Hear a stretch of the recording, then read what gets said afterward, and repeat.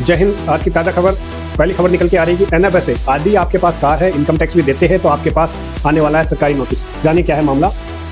अब अगर आप सरकारी या अर्ध सरकारी कर्मचारी है, आपके पास 4 पहिया वाहन है, कार आदि है और इनकम टैक्स देते हैं, फिर भी राष्ट्रीय खाद्य सुरक्षा योजना का लाभ ले रहे हैं, तो आपको बहुत ही जल्द सरकारी नोटिस मिलने वाला है। जी हाँ, राजस्थान के उपभोक्ता मामले विभाग ने ऐसे लोगों को चिन्हित करके उनके ऊपर कार्रवाई करने के और अब तक राष्ट्रीय खाद्य सुरक्षा योजना में उठाए गए गेहूं की रिकवरी करने का फैसला लिया है। इसके साथ ही लोगों से अपील भी की जा रही है कि वे खुद ही विभाग की वेबसाइट पर जाकर अथवा राशन डीलर के पास जाकर गिव अप स्कीम के तहत खाद्य सुरक्षा योजना का लाभ उठाना छोड़ दें। खाद्य नागरिक आपूर्ति उपभोक्ता मामले विभाग के मंत्री सुमिता गोदारा ने बुधवार को यहाँ मीडिया को बताया कि विभाग की इस पहल के अंतर्गत 1 नवंबर 2024 से 28 जनवरी 2025 तक कुल 8,38,687 लोग खाद्यान्न सुरक्षा योजना लाभ गिव अप कर चुके हैं, क्योंकि विभाग सरकारी योजनाओं में से अपात्र लोगों को हटाए जाने को लेकर संकल्पबद्ध है ताकि वास्तविक जरूरतमंद लोगों को सरकार की योजनाओं का लाभ मिल सके। वहीं अगली खबर निकल के आ रही है कि जयपुर में सड़क सुरक्षा के लिए जागरूकता अभियान, कॉलेज छात्रों ने दिया सुरक्षा संदेश, हेलमेट पहनने पर दिया जोर। जयपुर के वैदिक पीजी महाविद्यालय के स्टूडेंट द्वारा 7 दिवसीय सड़क सुरक्षा जागरूकता अभियान शुरू किया गया। इसमें लोगों को हेलमेट, सीट बेल्ट और यातायात के नियमों के पालन के लिए जागरूक किया गया।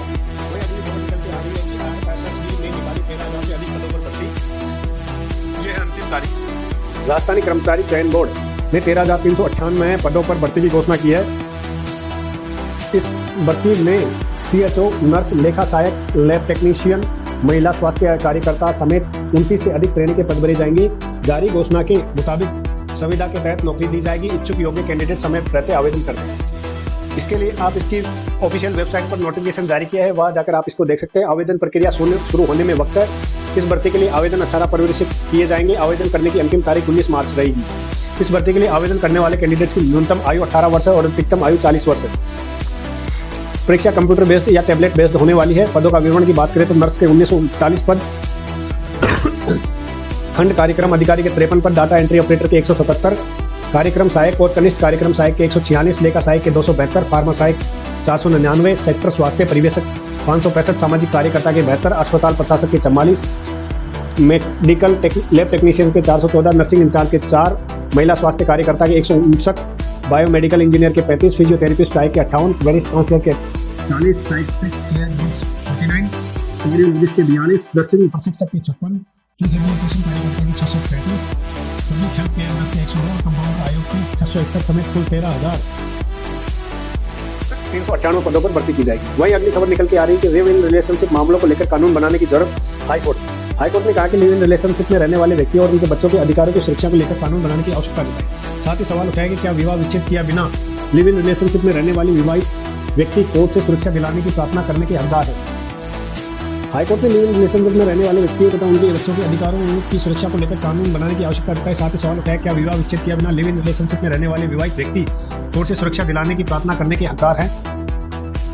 वहीं अगली खबर निकल के आ रही है कि RAS एग्जाम जयपुर के परीक्षा केंद्रों पर 91,513 अभ्यर्थी देंगे परीक्षा के सुचारू एवं सफल संचालन के लिए कलेक्टर ने कमरा नंबर 116 में एक नियंत्रण कक्ष की स्थापना की गई है, जिसका संचालन 31 जनवरी 2025 से 2 फरवरी 2025 तक किया जाएगा। राजस्थान लोक सेवा आयोग अजमेर की ओर से 2 फरवरी को जयपुर जिले के में दोपहर 12 बजे से 3 बजे तक 240 परीक्षा केंद्रों पर राजस्थानी राज्य एवं अधीनस्थ सेवाएं प्रतियोगी प्रारंभिक परीक्षा 2024 का आयोजन किया जाएगा। जयपुर के परीक्षा केंद्रों पर 91,513 अभ्यर्थी अपना भाग्य आजमाएंगे। परीक्षा के सुचारू एवं सफल संचालन के लिए कलेक्टर ने कमरा नंबर 116 में एक नियंत्रण कक्ष की स्थापना भी की गई है, जिसका संचालन 31 जनवरी से 2 फरवरी तक किया जाएगा। वहीं अगली खबर निकल के आ रही है कि चिकित्सा विभाग अलर्ट, पशुओं के से इंसान फैलने बीमारी प्रदेश में 401 लोगों में मिला ब्रूसेलोसिस संक्रमण, जयपुर पहले नंबर पर। पशुओं के जरिए इंसानों में फैल रही ब्रूसेलोसिस बीमारी ने चिकित्सा विभाग के अधिकारियों की नींद उड़ा दी है। प्रदेश में साल में 2024 में 401 लोगों में संक्रमण मिला। जयपुर में 153 संक्रमित मिले। प्रदेश में राजधानी पहले नंबर पे है, दूसरे नंबर पर अलवर और तीसरे नंबर पर दौसा है। ब्रूसेलोसिस जूनोटिक संक्रमण से होने वाली बीमारी है। गाय, भैंस, बकरी जैसे पालतू पशुओं के जरिए इंसानों में फैलती है। ये चिकित्सा एवं स्वास्थ्य विभाग ने अलर्ट जारी किया है कि इस जनवरी में ब्रूसेलोसिस के प्रदेश के 15 पॉजिटिव केस मिल चुके हैं। जिला के मुख्य चिकित्सा एवं स्वास्थ्य अधिकारी ने बीमारी पर काबू करने के लिए पशुपालन विभाग से संपर्क किए, दवा और जांच के इंतजाम करने के निर्देश दिए। जीनस ब्रूसेला के बैक्टीरिया समूह से फैलने वाली जानलेवा नहीं होती। संक्रमित माता के ब्रेस्ट फीडिंग से शिशुओं में संक्रमण हो सकता है। लक्षणों में इंसान में बुखार, भूख न लगना, जोड़ों में दर्द, थकान, त्वचा पर लाल चकत्ते, सूक्ष्म फोड़े, हृदय, यकृत या तिल्ली में सूजन आ जाती है। डॉक्टरों ने बदलते मौसम में लोगों को सावधानी बरतने के लिए सलाह दी है। विशेषकर बच्चों, बुजुर्गों एवं गर्भवती को हर तरीके से संक्रमित व्यक्ति से बचे रहना है। मुंह को मास्क या रुमाल से ढककर रखें। घर, दुकान, संस्थान समेत आस पड़ोस की जगह को साफ रखें। संक्रमित पशुओं के साथ काम करते समय संपर्क से बचने के लिए सुरक्षा उपकरणों का उपयोग, हाथ धोना, हाई रिस्क और जलभराव वाले क्षेत्रों की मैपिंग करना आदि इसमें बचाव कार्य के अंतर्गत आते हैं। वहीं अगली खबर निकल के आ रही है कि शहर में खतरनाक वायरस की एंट्री, सीधे गले पर करता है अटैक, बदल कर रखने का आवाज।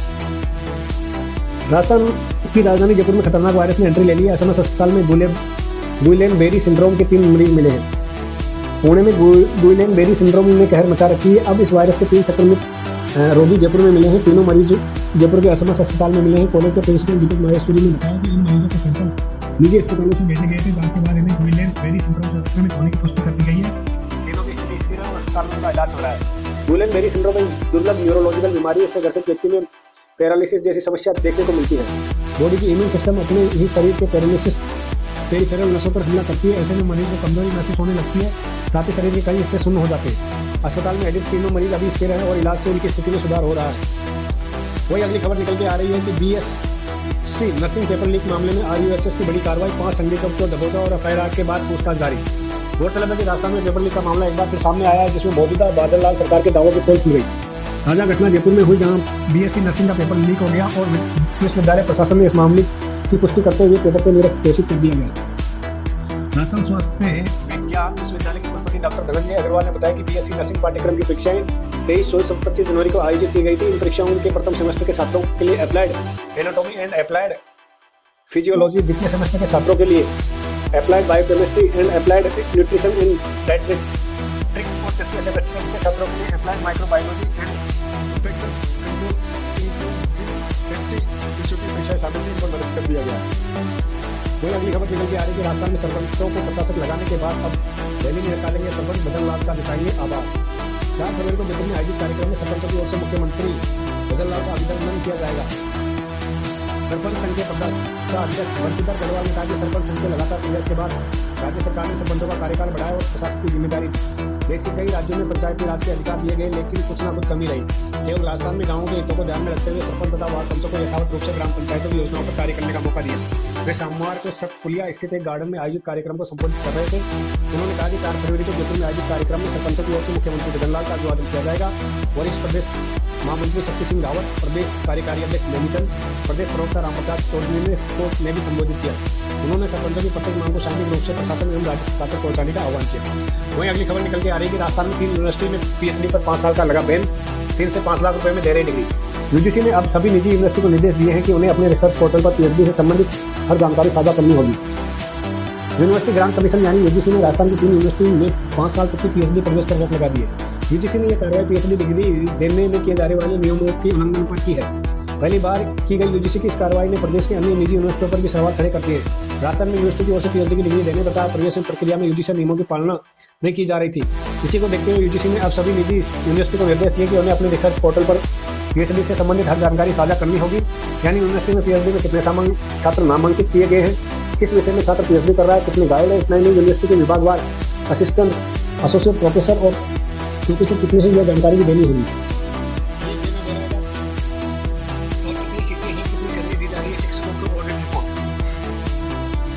एक असिस्टेंट प्रोफेसर, 4 एसोसिएट प्रोफेसर और प्रोफेसर 8 विद्यार्थियों को पीएचडी करा सकता है। सहायक आचार्य का सैलरी पे स्केल के अनुसार 57,700 होना चाहिए।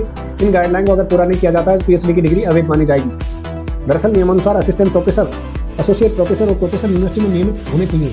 ये सीमित सीटों पर ही पीएचडी करा सकते हैं, लेकिन निजी यूनिवर्सिटी में 15 से 20 हज़ार रुपये में एक सहायक प्रोफेसर को रखती है और 23 सीटों से अधिक पीएचडी पर प्रवेश लेती है। इतना ही नहीं, गेस्ट फैकल्टी के तौर पर लगाए गए सहायक प्रोफेसर से पीएचडी कराई जाती है। इसके अलावा रिटायर्ड प्रोफेसर के नाम पर भी पीएचडी करा ली जाती है।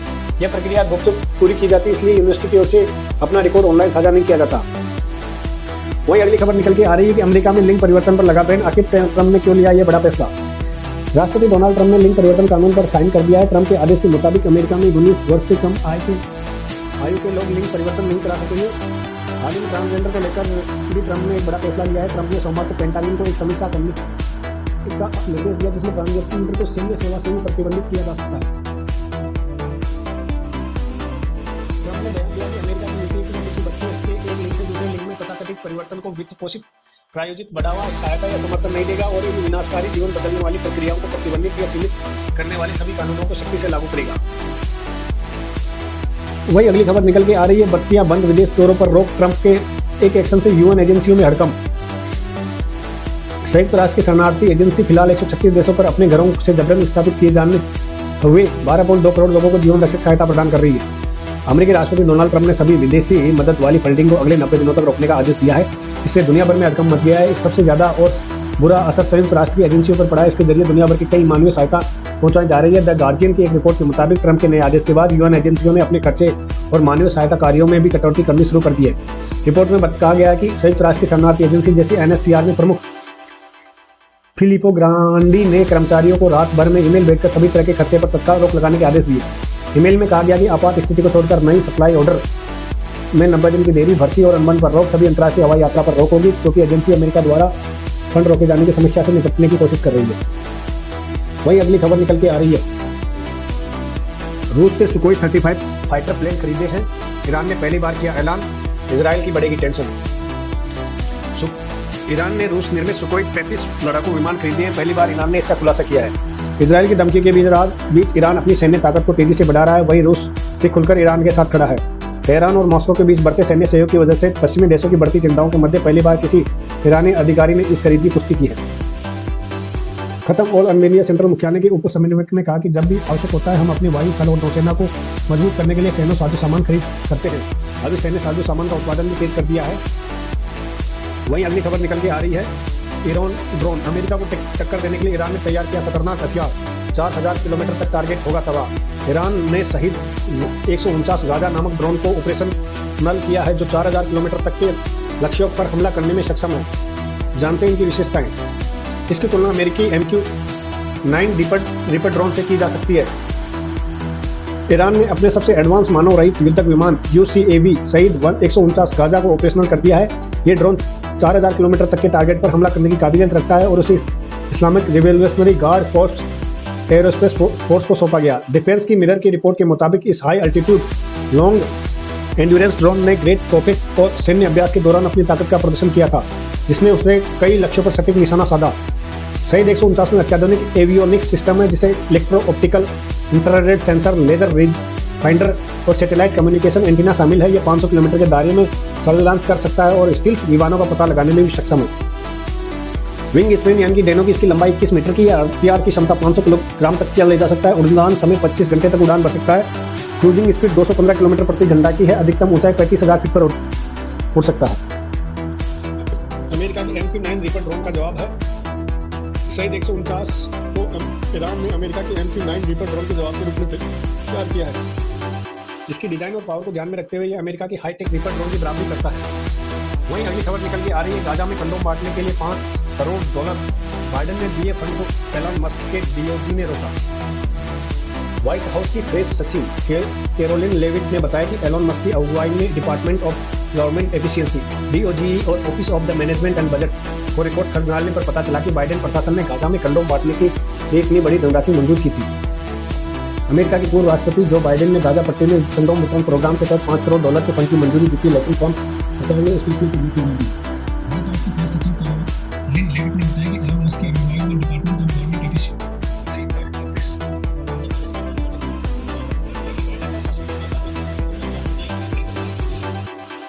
लेविट ने कहा कि DOGE और OMB को पता चला कि $3.7 करोड़ विश्व स्वास्थ्य संगठन को जाने वाला था। OMB को भी पता चला कि करदाताओं के $5 करोड़ गाजा में कंडोम बांटने में खर्च वाले थे। ये टैक्सपेयर की पैसे की बर्बादी है।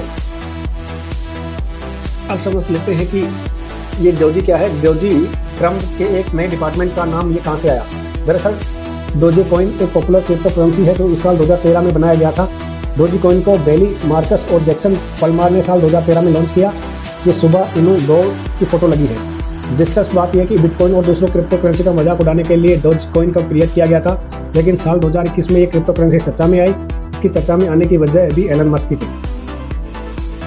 वहीं अगली खबर निकल के आ रही है, अमेरिका ने पाकिस्तान की मदद रोकी, कई ऊर्जा योजनाएं तब, हेल्थ और एजुकेशन प्रोग्राम भी बंद होने का खतरा। वहीं अगली खबर निकल के आ रही है, राष्ट्रपति डोनाल्ड ट्रंप ने एग्जीक्यूटिव ऑर्डर के बाद पाकिस्तान को दी जाने वाली अमेरिकी मदद पर अस्थायी रोक लगा दी है। इसके साथ ही पाकिस्तान को दी जा रही सहायता के पुनर्मूल्यांकन का भी आदेश दिया। जियो न्यूज के मुताबिक इस फैसले की वजह से पाकिस्तान में US agency for international development जैसी USAID की कई जरूरी योजनाएं पूरी तरीके से रुक गई है। रिपोर्ट के मुताबिक इस फैसले से पाकिस्तान में एनर्जी सेक्टर से जुड़ी 5 योजनाएं ठप हो गई है। इसके अलावा हेल्थ, एग्रीकल्चर, फूड सिक्योरिटी, वायु, जलवायु, बाढ़ और शिक्षा से जुड़ी कई परियोजनाएं प्रभावित हुई है। आशंका है कि इसमें कुछ प्रोग्राम हमेशा के लिए बंद कर दिए जाएंगे और उनमें काफ़ी कमी कर दी जाएगी।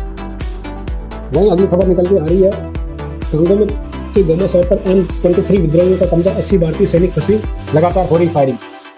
संयुक्त राष्ट्र शांति मिशन में शामिल भारतीय सैनिकों के एक समूह को कांगो के गोमा में विद्रोहियों ने घेर लिया है और गोमा में भारतीय सेना के मेडिकल कोर के 80 सैनिकों अधिकारी मौजूद हैं। ऐसी रिपोर्ट है कि यूएन शांति सैनिकों के कैंप में गोलाबारी भी हुई है और आरपीसी से भी हमला किया जा रहा है। कांगो लोकतांत्रिक गणराज्य DRC के गोमा शहर पर M23 विद्रोहियों ने कब्जा कर लिया। इन विद्रोहियों को पड़ोसी देश श्रीलंका का समर्थन हासिल है।